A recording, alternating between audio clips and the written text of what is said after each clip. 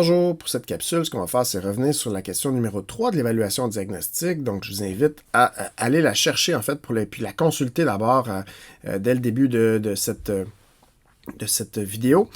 Maintenant, je vais vous demander, en fait, puis bon, oui, juste pour faire un lien avec la ressource précédente, donc vous avez lu le chapitre de Van Noel et Levin qui traite de probabilité. Vous avez vu différents types, différents cas d'exemples, d'activités aussi pour les élèves, puis vous avez vu notamment ce qui coïncide avec le module des modes de représentation, les différentes représentations. Donc, si vous avez vu différentes représentations en arbre, en tableau aussi, donc ça permet de faire des liens, j'espère, puis de consolider ce qui a été vu dans les capsules précédentes. Donc, l'objectif de cette capsule, c'est de pouvoir analyser une situation probabiliste d'un point de vue didactique en identifiant les raisonnements, puis particulièrement les erreurs d'élèves.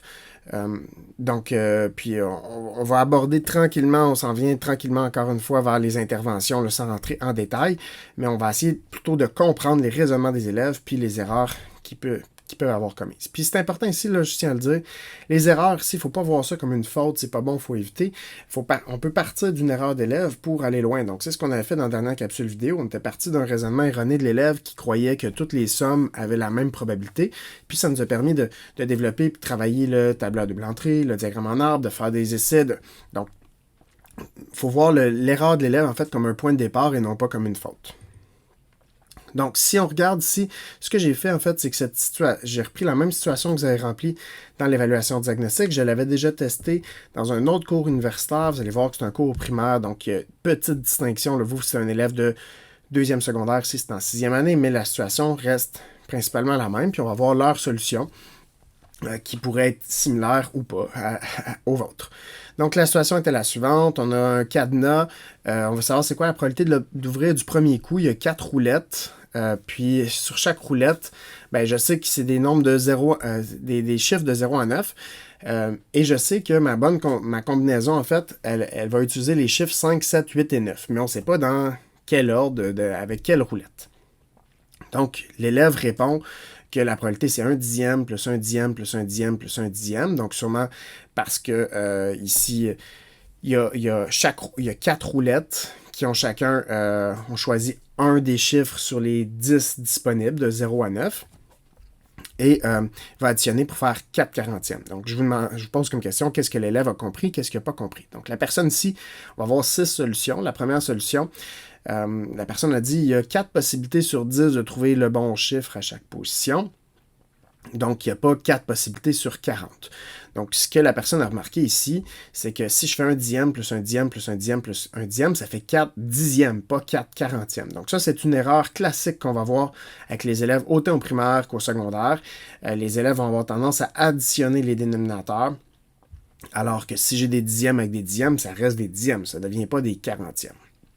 Donc, ici, ça aurait dû être 4 dixièmes. Donc, si la personne a fait ressortir ce qui n'a pas été compris, puis essayez ici avec un diagramme en arbre de voir, OK, je prends 5, puis après 7, puis je pourrais commencer à 7, puis 5, mais je ne sais pas si la personne a été découragée, elle n'a pas été plus loin. Donc, elle aurait pu continuer l'arbre ou elle aurait pu simplement énumérer les possibilités. Il n'y en a pas une tonne. Ici, peut-être que la personne croyait qu'il y en avait beaucoup.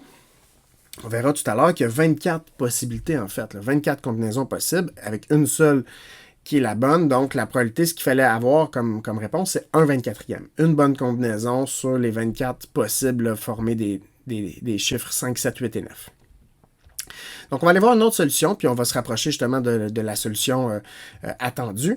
Donc, la deuxième solution, la personne a dit, il n'a pas compris que 4 quarantièmes, ça équivaut à la fraction 1 dixième au final. Donc, c'est vrai, si 4 quarantièmes, c'est équivalent à 1 dixième. Donc, ça ne se peut pas que 1 dixième, plus 1 dixième, plus 1 dixième, plus 1 dixième nous donne 1 dixième.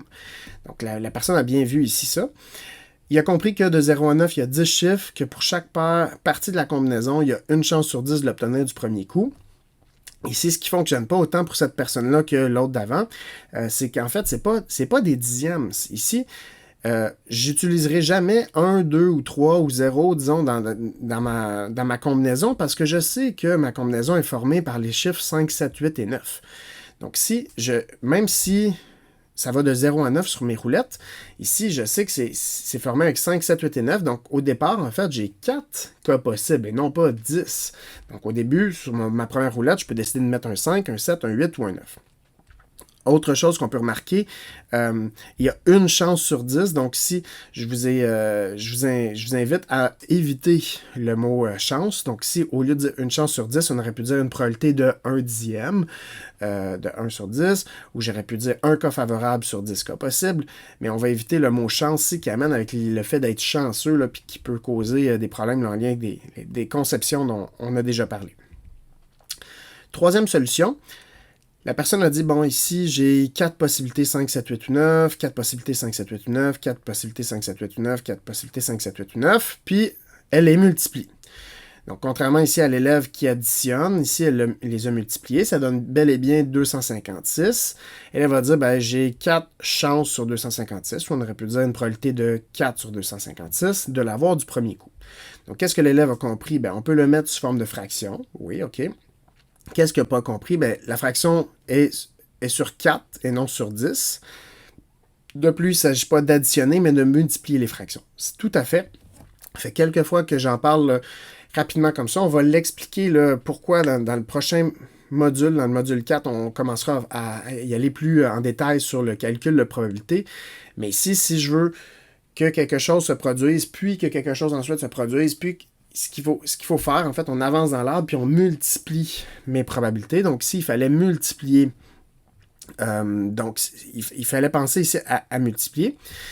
Mais ici, ça ne donne pas 256 combinaisons possibles. Donc, ici, je vais tout de suite vous dire, là, il y a des combinaisons qui commencent par 5. Je pourrais regarder, OK, quelles sont les combinaisons qui commence par 5, donc 5, 7, 8 ou 9, 5, 7, 8, 9, ça peut être 5, 7, 9, 8, ça peut être 5, 8, 7, 9, 5, 8, 9, 7, 5, 9, 7, 8, puis 5, 9, 8, 7. Donc, je peux les énumérer comme ça. Il y en a 6 qui commencent par 5. Donc, en sachant cette information-là, combien il y a de combinaisons possibles en tout?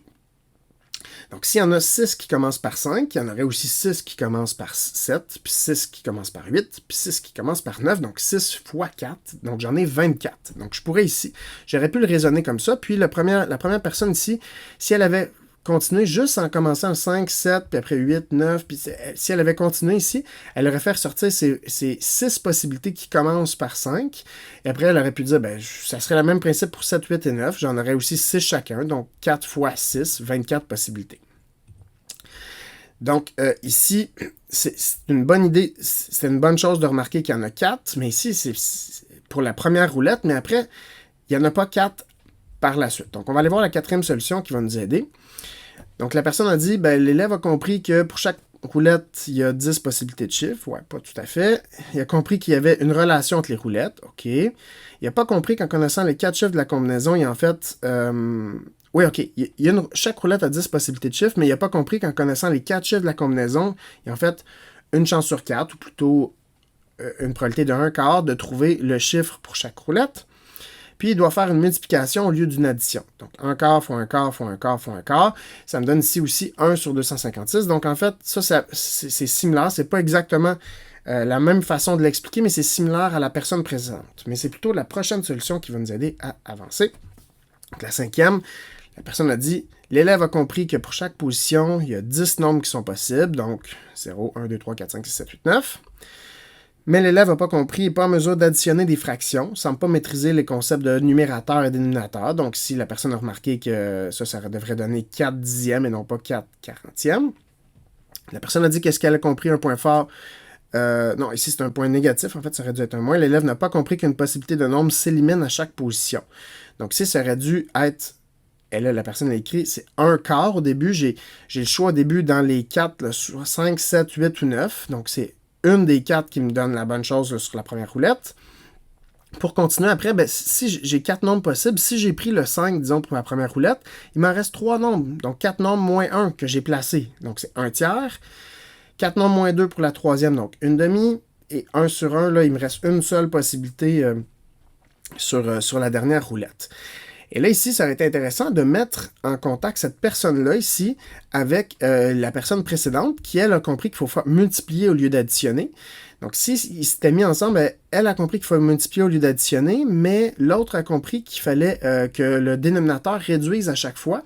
Ben, c'est comme si c'était une expérience sans remise. On a pris le 5, ben après, il n'est plus disponible. Il reste 7, 8 ou 9, il reste 3 cas possibles.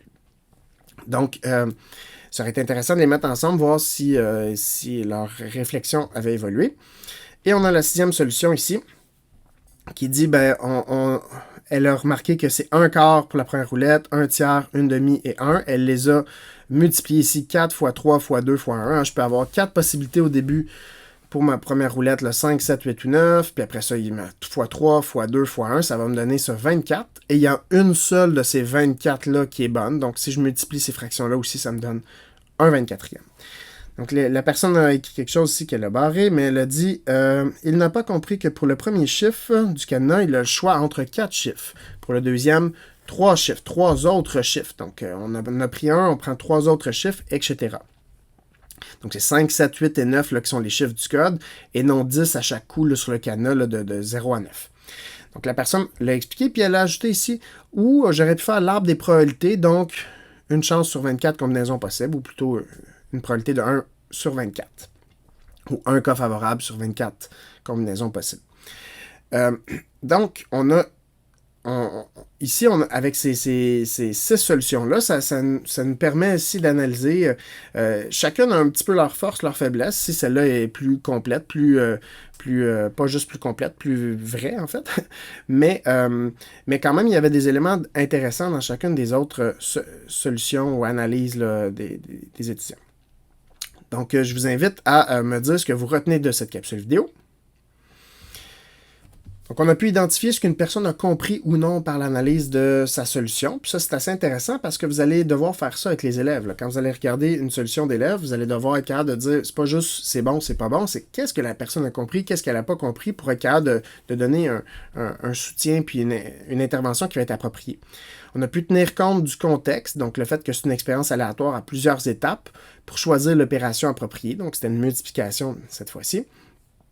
On a pu tenir compte du contexte, le fait qu'on connaît les 4 numéros de la combinaison qui ne se répètent pas pour choisir les fractions appropriées. Donc, 1/4, 1/3, 1/2 et 1. Donc, on va multiplier ces fractions-là qui me donnaient un 24e.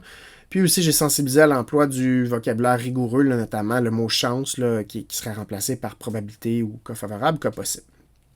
Donc, suite à cette capsule vidéo, là, on va enchaîner avec une capsule vidéo sur la prochaine question, la question numéro 2.